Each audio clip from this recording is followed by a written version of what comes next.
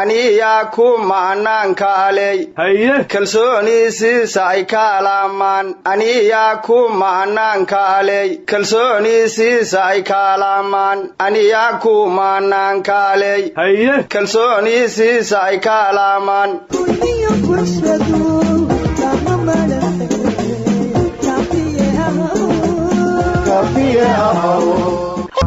war kalamaanay waa salaamay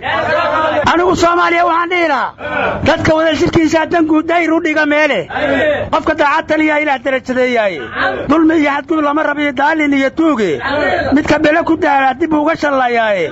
diinta sharciga doonta waa lagu dawoobay kalsooni ku hadalka kalamaan ayaa kor u qaaday kaskayga war dawladdu dhalinyaradii Facebooka waa ka maarantay blog meel laga saaray blog waxayna ku bedelatay kaadiriintii xisbigii hanta wadaagga kacaanka Soomaaliyeed oo hadda la baahay xisbiga wadaniyiinta Soomaaliyeed baa isxilqaamay waxaana gudoomiye u hogaaminaya Yuusuf Diiriye Maxamuud ama Faatax Halaka u taqaanin hadda degmo kasta waxay ku diyaariyeen xoogag leeyahay wadaniyiin oo halku dhagyadooda wato 6 saac oo habeenimo hadii la waco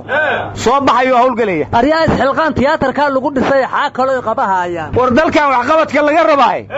hal guri waa ka weeya war kaadiriinta aan sheegaysaa ma labada sano dawladdan u hartay way ku egyihiin mise dawladaha dambe way la shaqay doonaan aryaadaha kaadiriinta waxaan ku xusuusnay slogan-kii ahay hugunku waa hayaankii bulshada cusub xoogsatada ishaysate horu ka tiigsanaysa hantii wadaagga Soomaaliyeed war Soomaalidu weligeed hantideeda wadaagaysa qof u soo martiyana weligeed kama seexan weligeed ba iskeed bay wax u qabsan jirta Soomaalidu war ra'iisul wasaare Khayre Mareykanka waa kii dika yiri wargeysada Mareykankuna waxay qoreen 10 su'aalood inay Khayre hortaalo waxayna ka imaanayaan la yiri su'aalahaas aqalka cad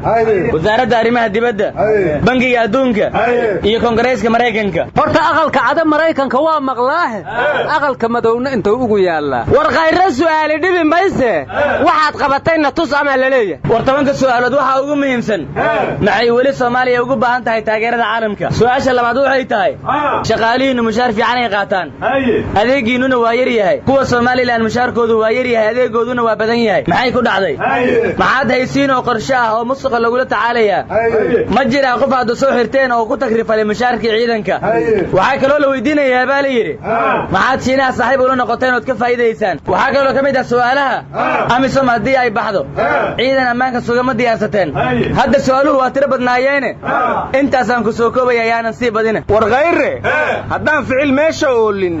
sidii u shiinay Muuse xarkiisa xirooyada yeeshay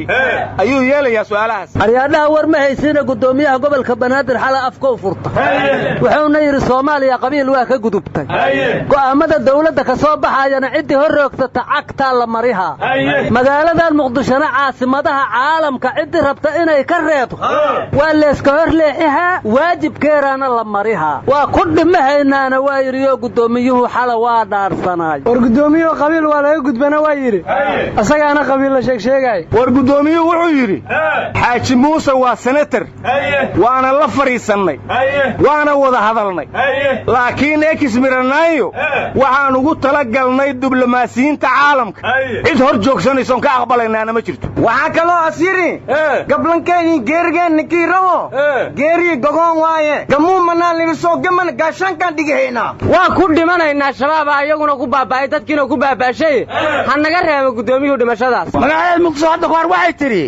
deegaan laygama waxno dushaas waa beerihii dhankan waa dunyadii waxdaanina waa badii nimcada ay ugu dayreen baa saboolnimo doorateen haddaad ii duubataan dad iyo nabad iyo heshaan dib ii soo nuurisaan asaaga igu dartaan dunidan waan ugu sarrayn asana weydin deeqaya dadkaygu ii gurmada Muqdisho nabay runay sheegtay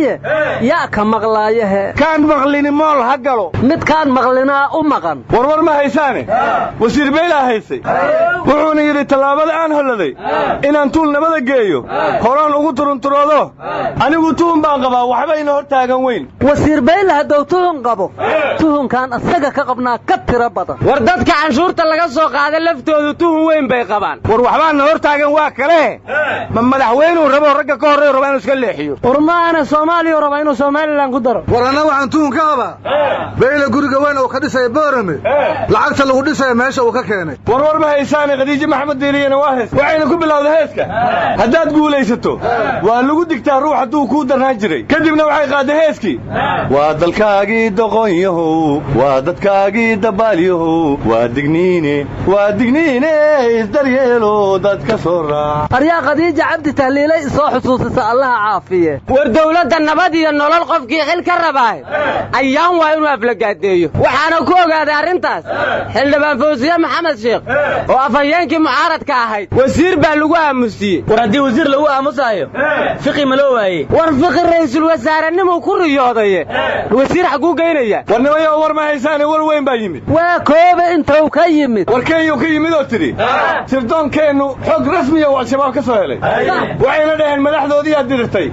qaar qoorta laga gooyay dhaheen shabaabaa qoortiis ka guray warkaas ah hadduu jiro war ka raayo oon maqli lahay maba jiro war shabaab waa dagaalamayaal dawlad la dagaasho hadday waayaan ayagaa diriraya marka wax la diriray waayeen war shabaab meesha baabuurka dhuxusha sida ku gubeen waa qalimow marka Kenya waxba ma kala oga war ciidanka garaamkii laga goosto waa ciidamada xasilinta gaalkacyada waxba ma kala ogin war meesha musuqa la isku xirxiray waa garow war musuqa wasiiraa loo xirxiray Somaliland shaqaala ka hadlaysa amugu kuweeno wacaska gurahayaan caal mal soo xiro idinka war xildhibaanadii hore waxay dhaheen mushaarkeena maqan war kuwa hadda jooga wali waa kulmi laayihiin saxaafadii wali go'aan laga maqaadan Soomaha war qaraxyadii iyo jugtii wali waa socotay xarigii jidadkuna waa sii batay dadkan wadamiirka ilaayihiin war yaa qaraxyadii waxay ku soo hareen miirooyinkii jidka lagu aasayay baabuurtii waaweyneedna waa la celish marka shacabka laga rabaa inay soo sheegaan kuwa wax duugduugay arooy shacab ha noqoto ama dawlad ha noqoto amba ciidan ha noqotee waxaan dhihi lahay dulmigu weydin daashade dalkiina ma difaacatin dulmigu weydin daashade dalkiina ma difaacatin isi qori aan ku difaacay waa farabaranay war yaa qoriga aniga war yaa qoriga la soo ani yidib naftigiis guri nabada tage